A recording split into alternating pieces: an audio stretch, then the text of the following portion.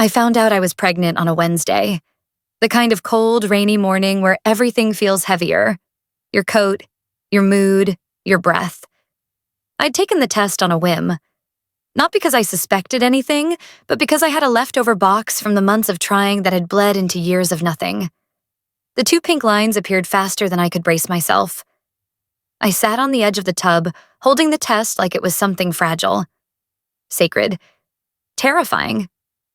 My first thought wasn't joy. It was disbelief. I had spent years being told maybe, possibly, unlikely. Fertility specialists, blood tests. More heartbreak than I let anyone, including Brandon, see. But there it was. Clear as day, pregnant. I texted Brandon. "Can you come home early? It's important." He called 2 minutes later, sounding panicked. "Are you okay? What's wrong?" "I just need to see you," I said. "Please." He was home by 3 o'clock. I was waiting in the kitchen, palms pressed to the marble counter to keep myself steady. I handed him the test without saying a word. His reaction was everything I'd hoped it would be. His eyes widened, then filled with tears. He kissed me like we were in a movie, like we were 2 people about to start the most magical chapter of our lives. And for a moment, I believed it. For the next week, he was the partner I'd always needed. He brought home prenatal vitamins, cooked me dinner, kissed my stomach goodnight, whispering, "Hey there, little one." I floated through those days, high on hope and hormone-induced euphoria. Maybe all the distance between us lately had been stress. Maybe the weird phone calls at night really were just work. Then came the first missed weekend. We had planned a Saturday morning breakfast spot we both loved. Tiny place on the east side, always packed. I woke up to a note instead. "Emergency meeting in Chicago, back Sunday night. Love you." The handwriting looked rushed, almost unfamiliar. I wanted to believe him. I really did. But something in my gut tightened. I called him around noon just to say hi. It rang twice and went to voicemail. Tried again later. Same result. That night, as I scrolled through Instagram trying to quiet the noise in my head, a message popped up from my old college roommate, Claire. "You and Brandon still together?"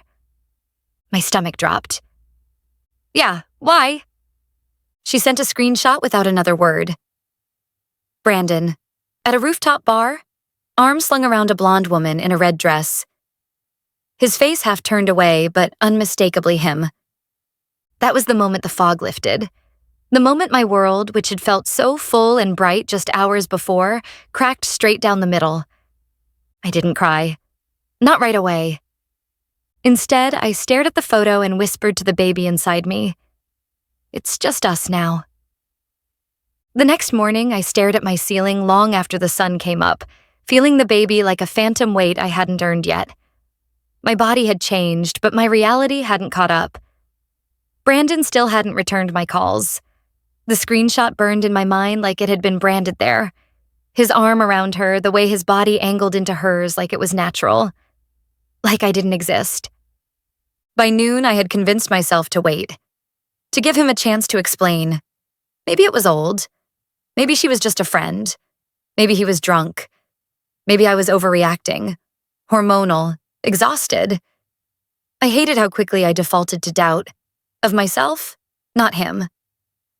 When he walked through the door at 5:47 p.m., suitcase in hand and a bouquet of gas station flowers tucked under his arm, I knew he wasn't expecting a confrontation. He smiled like nothing was wrong. "Hey, babe. Sorry for the sudden trip. You okay?" I didn't say anything, just handed him my phone with the screenshot open. I watched his face shift. Recognition, then panic, then the performance. "This?" he scoffed, laughing like it was absurd. "Claire sent you this?" "This is old, Sav. Like months ago, that's Melissa. She works at the New York office. We were all out after a conference, totally innocent." "She's wearing a coat," I said flatly. He blinked. "What?" "She's wearing a coat. And you said this was in June." He froze. Something in his eyes flickered. then vanished. He tried again. Okay, maybe it wasn't that long ago, but I promise you there's nothing going on. I looked at him for a long moment. I had known this man for 6 years. I knew when he was lying. I used to think that was a good thing, that knowing his tells gave me control. Now it just made everything hurt more. You've been distant for months, I said, and now I find this. You think I'm stupid? No, Savannah, I think you're tired. You're pregnant. This is a lot. Maybe you're just… Don't, I cut in. Don't you dare make this about my hormones. He looked like he wanted to argue. Instead, he ran a hand through his hair and muttered, "It didn't mean anything." There it was, the truth, cloaked in cowardice. I walked past him to the bedroom and closed the door behind me. My heart thundered, my hands shook, but I didn't cry. I lay down on the bed, one hand over my stomach, the other pressed flat against the mattress like I was bracing for an earthquake. And maybe I was. Because whatever illusion we'd built, of love, of safety, of family, it had already begun to crumble. I just hadn't let it fall yet. 2 days later, I found the second phone. It was tucked beneath a pair of running shoes in Brandon's gym bag, wedged in so tightly it took me a moment to even recognize what I was looking at. A burner. Cheap. No case. Different lock screen.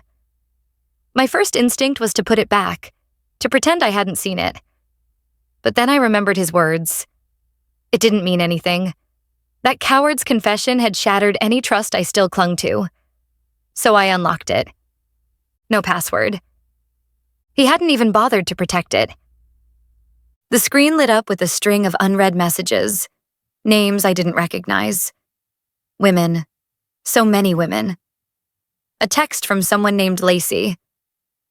"Last night was amazing. Can't stop thinking about you." Another from Rachel. "Tell me again how much you miss me." There were dozens. Photos, flirty banter, hotel room arrangements, complaints about the stress at home, and how complicated things were with Savannah. He had built an entire second life in the shadows. While I was researching prenatal vitamins and tracking kicks, he was juggling women like it was a game.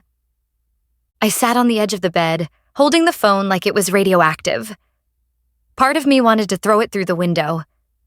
Another part wanted to confront him right then, to scream until there was nothing left. But instead, I took screenshots.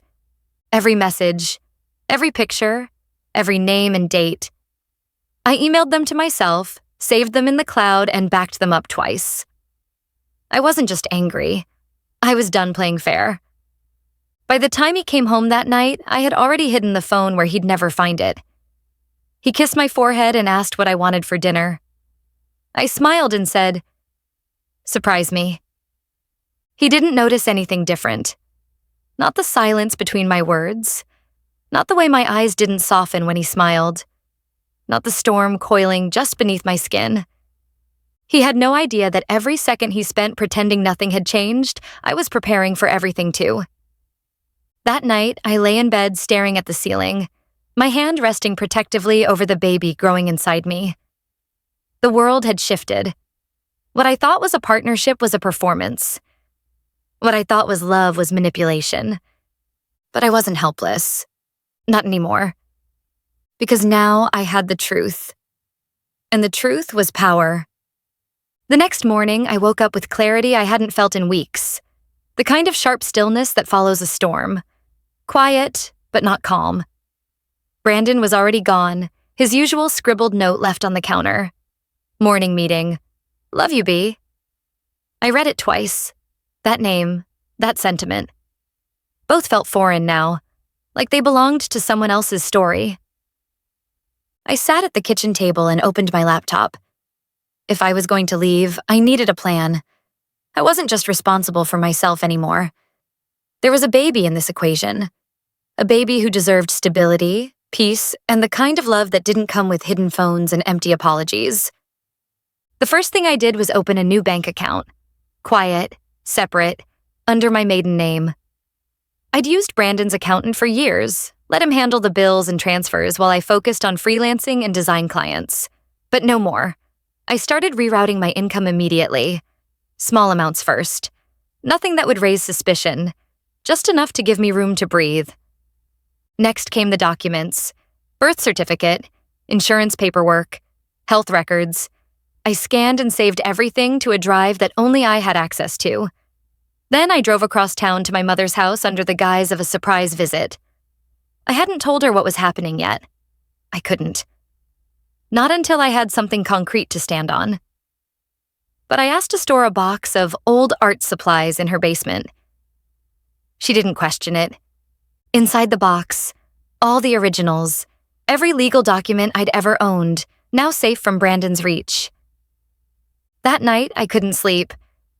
Every time I closed my eyes, I saw the baby's ultrasound photo. Tiny limbs, fluttering heartbeat. And then I saw that burner phone. The two halves of my life colliding. Brandon crawled into bed late, smelling like tequila and department store cologne. He kissed the back of my neck and slurred, "I love you, Sav." I kept my eyes closed. "I love you too," I whispered. But I didn't mean it. I was done trying to fix what he kept breaking. Done shrinking myself to keep his world intact. He had shattered the life we were building, and now he didn't get to be the one to name the pieces.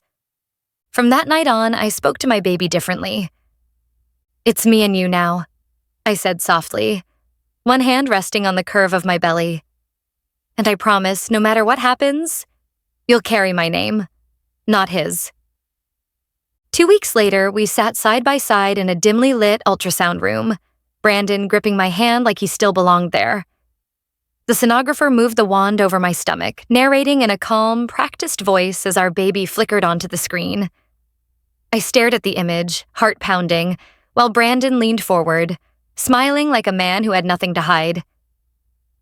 "There's the heartbeat," she said gently. "Nice and strong, about 160 beats per minute." Brandon squeezed my fingers. "That's our little fighter." I nodded, lips pressed tightly together. I had rehearsed this moment in my head dozens of times. What I would say, how I would hold back, how I'd keep up the illusion for just a little longer. I wasn't ready to blow it all up yet. Not until I had everything in place. The technician printed the photo and handed it to me, a blurry, beautiful black and white window into the future. I smiled for her benefit, then tucked it carefully into my purse. When we got home, Brandon ordered takeout and poured me a glass of sparkling juice. He was trying, at least in the performative sense. He asked questions about baby names, about nursery colors. He rubbed my feet while we watched a movie, like he hadn't been emotionally absent for months. Like I didn't have 2 phones hidden in the lining of my coat closet, filled with evidence that could destroy him. "You're quiet tonight," he said, glancing over at me. "I'm tired," I replied, which wasn't a lie. But it wasn't the whole truth either. He leaned over and kissed my cheek. "Well, I hope you know how excited I am. About this baby. About us." I didn't respond. I couldn't.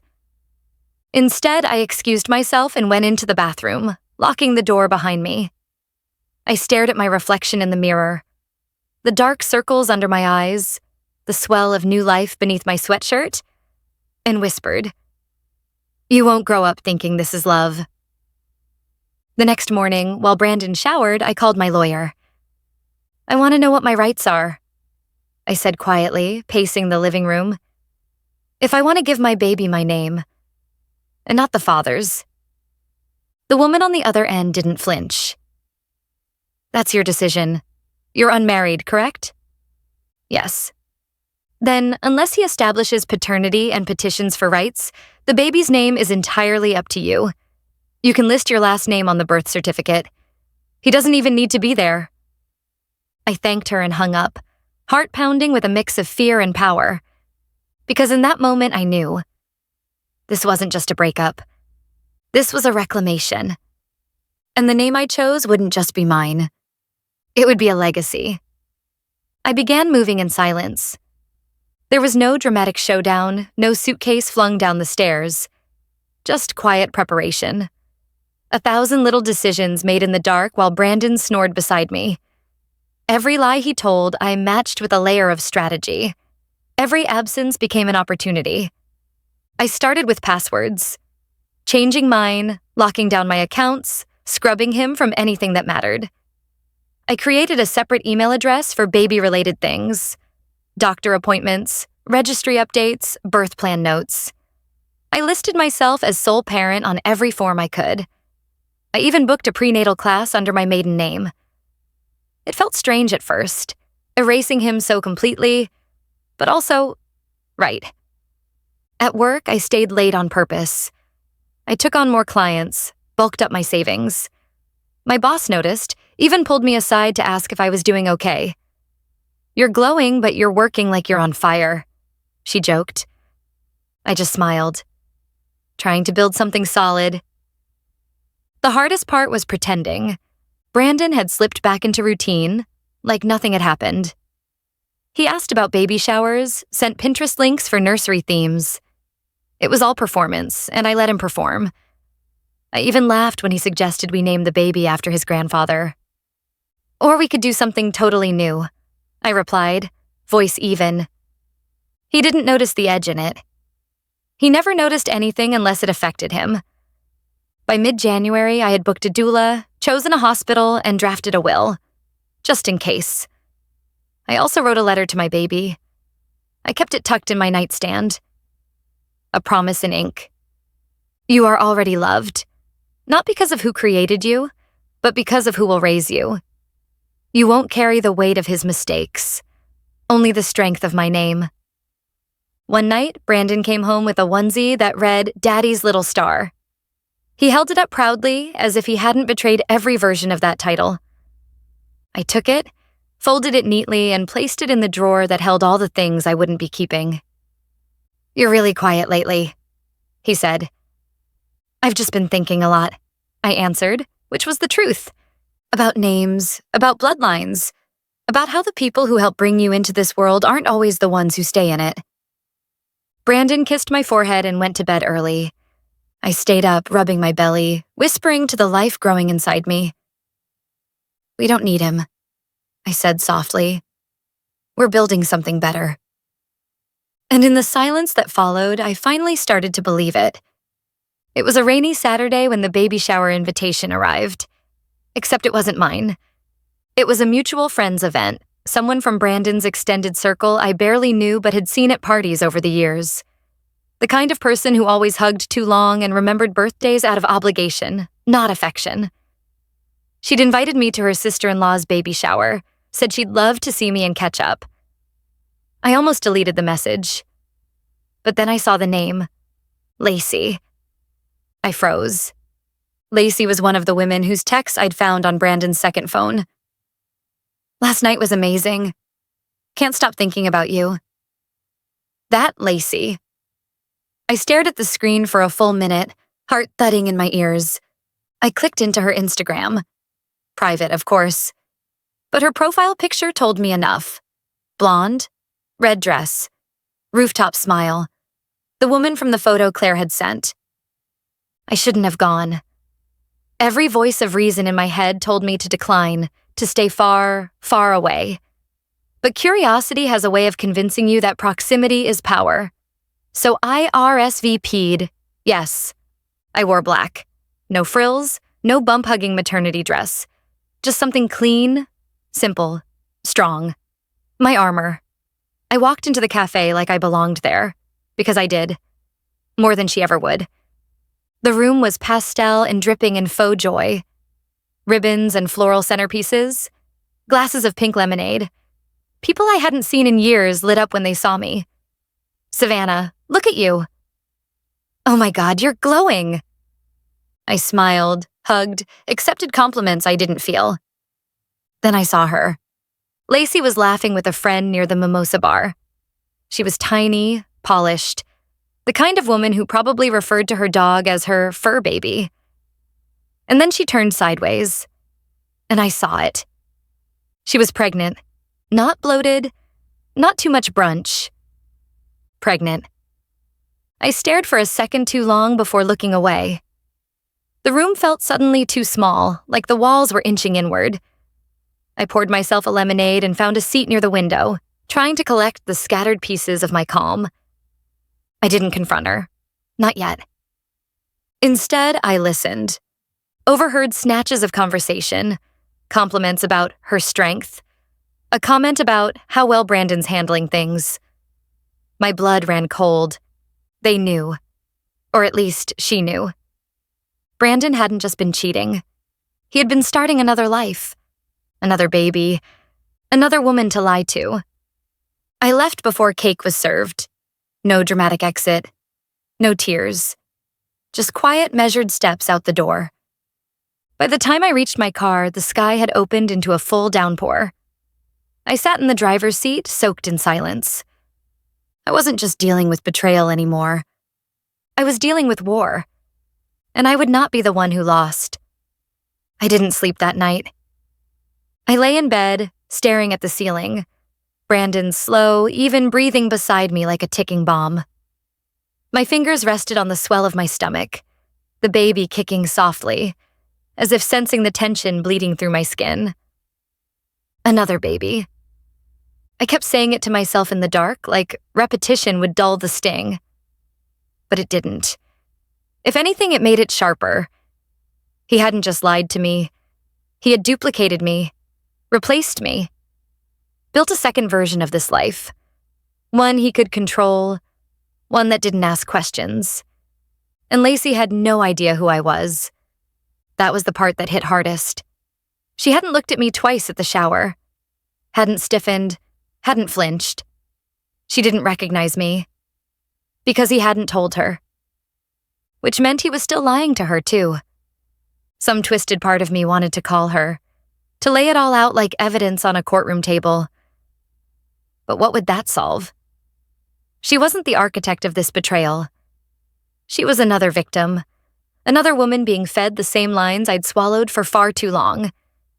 Instead, I made a decision. I would wait, watch. Let him believe everything was still intact. Let him feel safe. While I prepared to destroy the fantasy he'd so carefully curated, not with screams or fists, but with paperwork, names, and legal walls he couldn't climb. I started logging everything. Dates, photos, financial records. I reached back out to the lawyer I'd spoken to before, this time requesting full custody paperwork. I told her everything. The affair, the pregnancy, the other baby. She didn't flinch. "Do you want him involved at all?" she asked. I paused. Only if he earns it. That weekend, Brandon suggested we go out for brunch, just the two of us. He smiled across the table like nothing had changed, like I wasn't carrying the weight of 2 betrayals in my chest. "I've been thinking about names," he said, sipping his coffee. "What about something traditional, like Brandon Jr. if it's a boy?" I stared at him. "You want to name him after yourself?" He grinned. "Why not? Keep the legacy going, right?" I nodded slowly, forcing a small smile. "We'll see." But in my mind, I was already erasing his name from every form, every plan, every future detail. This child wouldn't carry his legacy. They would carry mine. Later that night, I folded the little onesie he'd bought, Daddy's little star, and tucked it away in a donation bag. I replaced it with one I'd ordered myself. It was white with bold black lettering. Loved by Mom.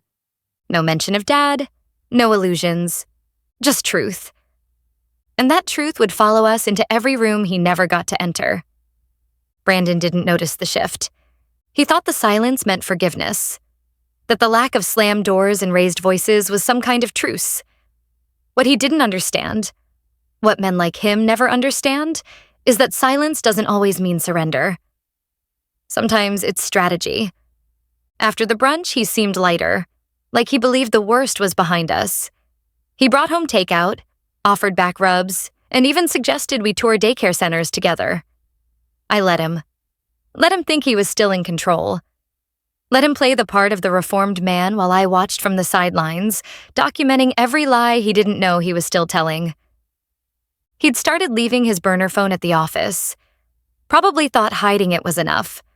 But he was still distracted, still texting in the bathroom, still guarding his regular phone like it held state secrets. I never brought it up. I didn't need to. Because I was done waiting for him to admit anything. I already had everything I needed.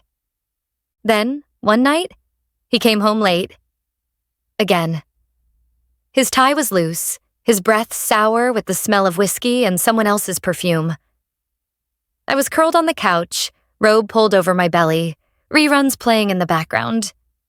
He barely looked at me as he dropped his keys on the counter. "Long night?" I asked, voice calm. He hesitated, then nodded. "Work thing. You know how it is." I didn't answer, just turned the volume down and looked at him like I was seeing a stranger, because I was. He yawned and walked past me toward the bedroom. "I'll take a shower," he said. "Come join me?" I shook my head. "I'm tired."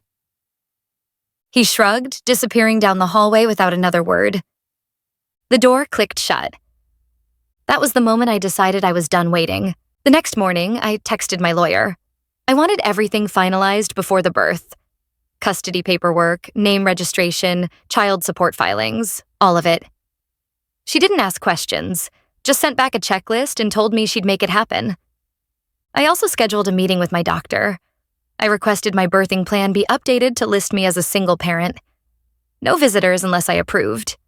No exceptions, no assumptions. Brandon didn't know it yet, but he was being quietly removed from every decision. He had mistaken my composure for weakness. But that's the thing about women like me. We don't burn bridges in public. We dismantle them brick by brick while the world watches us smile.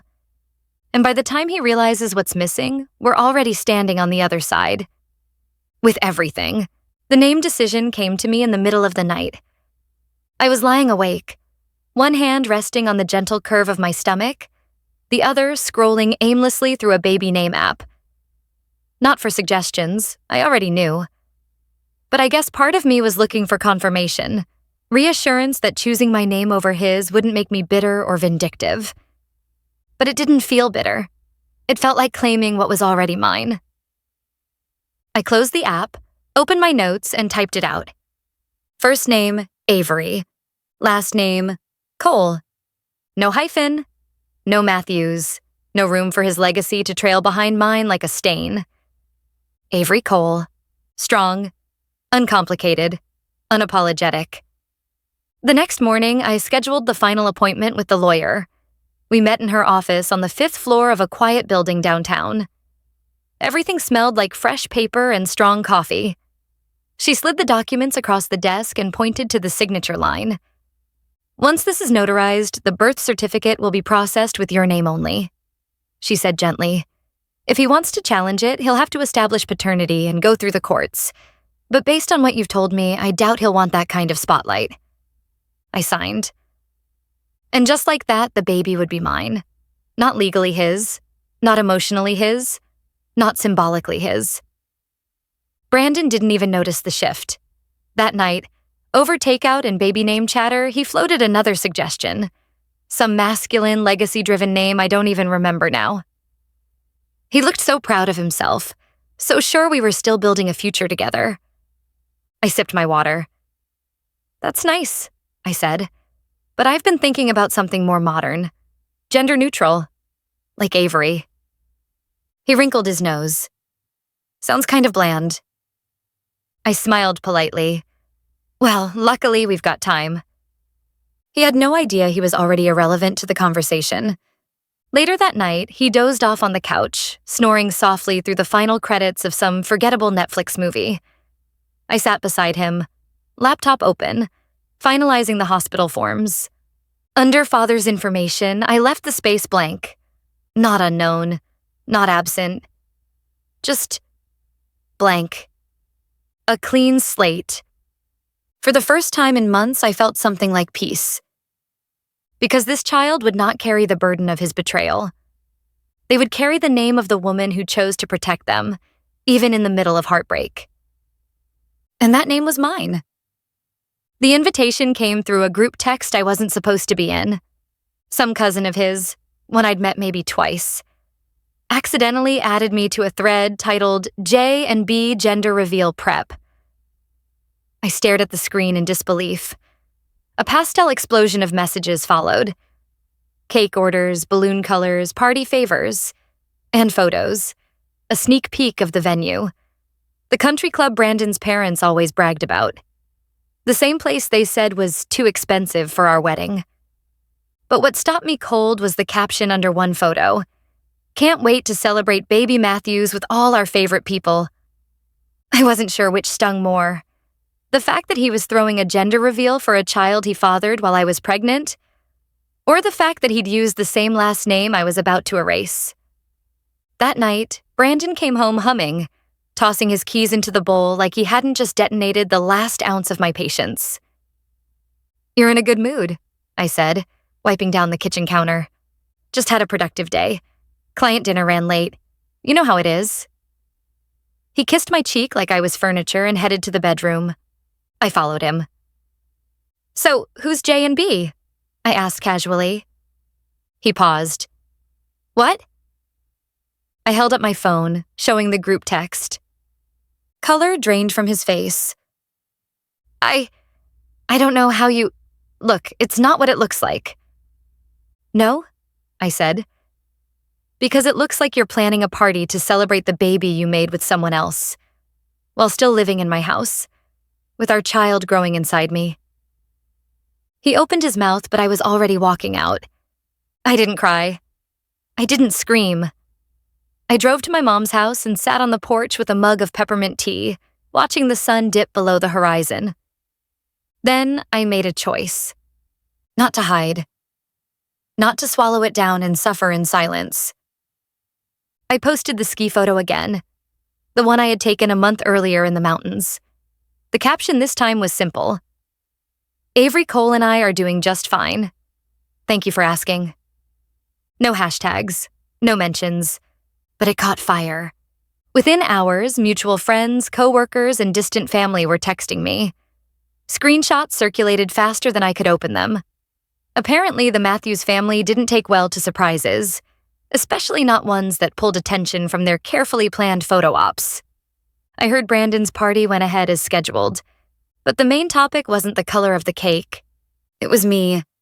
My photo. My name. And the baby who wouldn't be his in any way that mattered. Brandon called me that night, 6 times. I didn't answer. Because for once, he wasn't in control of the story. I was. Avery came into the world on a Tuesday. It was raining. Hard. The kind of storm that shakes windows and makes traffic crawl. My water broke at 4:17 a.m., soaking my sheets and startling me awake in the quiet dark. I called my mom first, not Brandon. She arrived 15 minutes later, already dressed, calm as ever. She helped me breathe through contractions and double-checked my hospital bag like we were heading off on vacation instead of the most defining moment of my life. Brandon still didn't know I'd gone into labor. He'd been staying at his parents' house for the past week.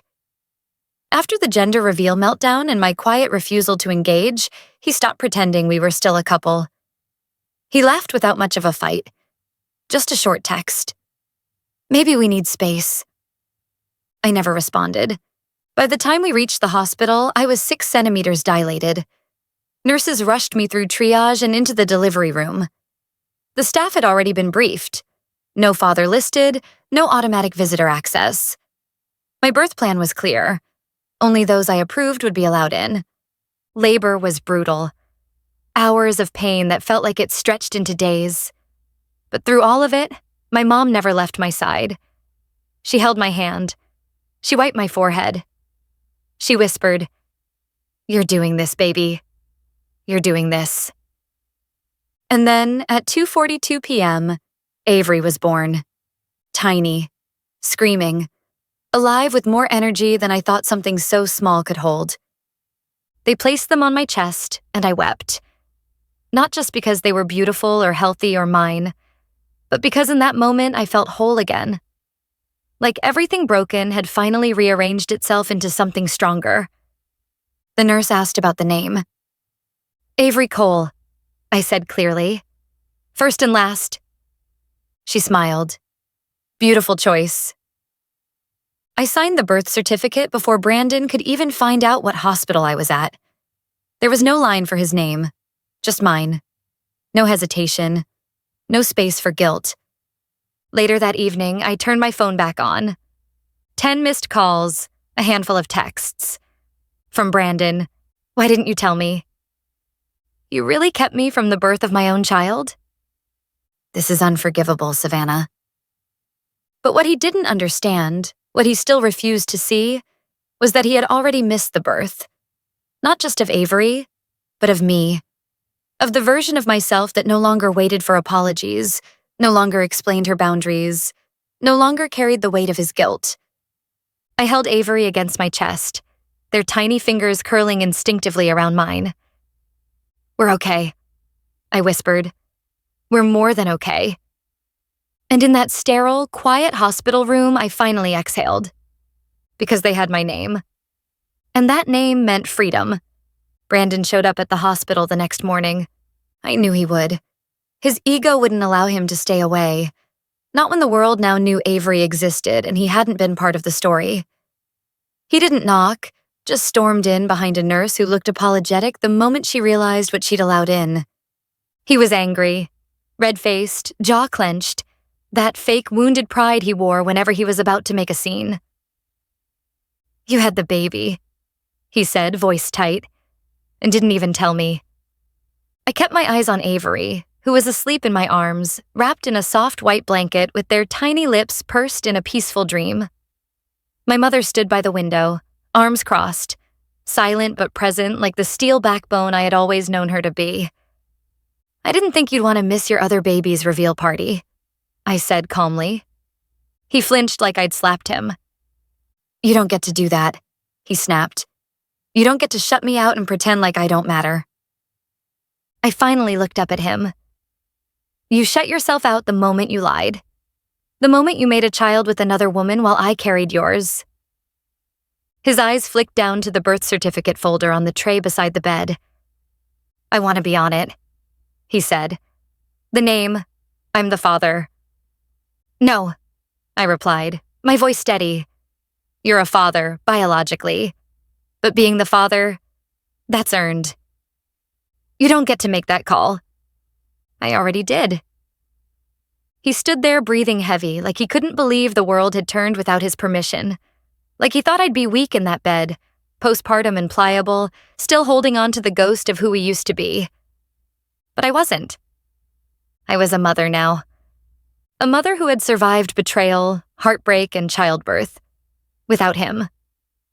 I'll take this to court, he warned. You think you can cut me out? I have documentation, I said, tilting my head. I have texts, photos, witnesses, and a lawyer who's very good at her job. He opened his mouth, then closed it again. My mother stepped forward, gently motioning toward the door. I think it's time for you to go. He lingered for a moment, gaze bouncing between me and the baby. He looked small suddenly, deflated, like a man finally realizing he'd lost something he'd never fully valued until it was gone. You'll regret this, he muttered. No, I said, looking down at Avery again. For the first time, I really won't. He left, didn't say goodbye, didn't look back. And as the door clicked shut behind him, I felt nothing but relief. The house felt different when we got home. Not just quieter, lighter. Like something had been pulled out by the roots and tossed far away, leaving behind fresh air and space to breathe. My mother stayed the first few nights, helping with feedings, changing diapers, keeping me company when the silence felt too big. But even when I was alone, I didn't feel afraid. Because Avery was here. And Brandon wasn't. In the weeks that followed, he sent more messages. They started out demanding. I want to see my child. You can't keep me away. This isn't over. Then, when I didn't respond, they turned pitiful. Please talk to me. I miss you. I made a mistake. But the thing about people like Brandon is they only miss what they can't control. And for the first time in years, I was entirely outside his grasp. I blocked him. Not out of spite, out of necessity, because the peace in our home wasn't negotiable. Avery's life, our life, wouldn't be built on shifting ground and broken promises. I didn't owe him updates or photos or proximity. He'd had 1,000 chances to choose us. He hadn't taken a single one. Instead, I focused on what was real. I watched Avery's fingers uncurl in sleep, soft and trusting. I learned their little sounds, their feeding rhythms, their quiet stares that sometimes felt like they were seeing into the very center of me. I journaled in the early hours, letters to a future version of them, honest ones. I didn't erase the pain or soften the truth. But I always ended with this. You were wanted. You were protected. You were loved the moment I chose to do this without him. My friends showed up in ways I didn't expect. Meals dropped off at the door, cozy texts in the middle of the night, offers to watch the baby so I could take a nap or just cry without an audience. One even sent a framed print for the nursery. It read, "Family isn't who shares your name. It's who shows up when it matters." I hung it above Avery's crib. One afternoon, I passed a mirror in the hallway and stopped. I looked tired, yes. But there was something else in my reflection, something harder to name. A quiet strength, a calm earned the hard way. I stood there for a moment, hand resting on the doorframe. "I'm proud of you," I whispered to myself. It wasn't dramatic. It wasn't cinematic. But it was honest. And sometimes honesty is the beginning of healing. It was our first trip outside, just the two of us. Avery was bundled in soft gray layers, cheeks flushed pink against the early spring chill. I strapped them into the stroller and walked slowly down the tree-lined street. Every cracked sidewalk and corner curb feeling brand new beneath our wheels. The world looked different now. Not gentler exactly, but clearer. Every passerby smiled, the way people do when they see a baby. One older woman even stopped to peek inside. "They're beautiful," she said kindly. "First time out?" I nodded. "Feels like a victory." And it was. Avery yawned and blinked up at the clouds as if they were painting stories in the sky just for them. I kept walking, turning corners without thinking, letting my feet carry us wherever they wanted to go. That's when I saw him. Brandon. He was across the street, standing outside a cafe, talking to someone I didn't recognize. His posture was relaxed, laughing, gesturing like nothing had ever touched him. He didn't see us. Or if he did, he didn't show it.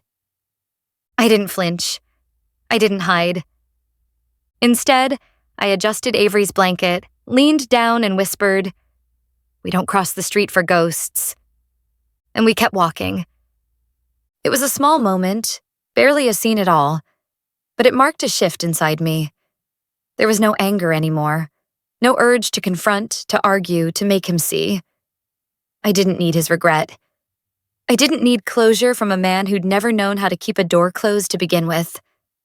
The real closure was already in my arms. When we got home, the mailbox held a letter from the county clerk's office. I opened it slowly, even though I already knew what it was. Certificate of live birth. Name, Avery Cole. Parent, Savannah Cole. No second signature. No hyphen. Just us. I ran my finger over the embossed seal and felt something rise in my chest. Something quiet, steady, and unshakable. Ownership, not of Avery, but of my own story. Later that night, I lit a candle and sat by the crib while Avery slept. I pulled out my journal and wrote one last entry to the past. "You gave me heartbreak. I gave it meaning." Then I closed the notebook and tucked it away. It no longer needed to be the center of everything. 2 years later, Avery stood at the park's edge, wobbling in tiny sneakers, one hand clutching a leaf like it was treasure. The sun caught the curl in their hair, and for a moment, I just watched. Quiet, Still, overwhelmed by a kind of joy that had taken a long, brutal road to arrive. They turned and grinned when they saw me. "Mama!" I crouched, arms open. They ran, unsteady but determined, and crashed into my chest with all the force of their little body and none of the weight of our history. I held them close and breathed in the scent of sunscreen and apple juice and freedom. So much had changed since that stormy night I brought them into the world. The lawyer's paperwork, the solo pediatric appointments, the quiet months rebuilding a life from scratch. I'd gone back to work part-time, picked up freelance design jobs during naps and late nights, and built a network of other single moms who'd become something close to family. We had our rituals now. Sunday pancakes, morning cuddles, stories before bed about a brave little bear who always finds their way home. Brandon tried once more, 6 months ago. A letter, 3 pages long. Apologies, explanations, a photo of his new baby who looked nothing like Avery. He asked if he could meet them. Just once. I never responded, not out of pettiness, but because I had made peace with who he was, and more importantly, with who I had become. Avery didn't need half-hearted love. They needed consistency, safety, a mother who didn't waver, and a name that reminded them every single day where they came from. The name I gave them wasn't just legal, it was symbolic. Cole. A name that had carried me through every storm, every betrayal, every lonely night spent rocking a fevered child, or crying into a pillow while they slept. A name that had become a shield and a standard. I thought back to the hospital. To that moment I signed the birth certificate with just my name. I'd been scared, tired, and uncertain. But I'd also been right. That decision had defined everything since. Later that night, after Avery was tucked in and the dishes were drying in the rack, I sat on the couch with a cup of tea and opened my old journal. I flipped to the last page and added one more line. Choosing myself wasn't the end of the story. It was the beginning of both of ours. Because sometimes the greatest act of revenge isn't rage or retaliation. It's raising a child in peace and giving them the only name that ever mattered. Mine.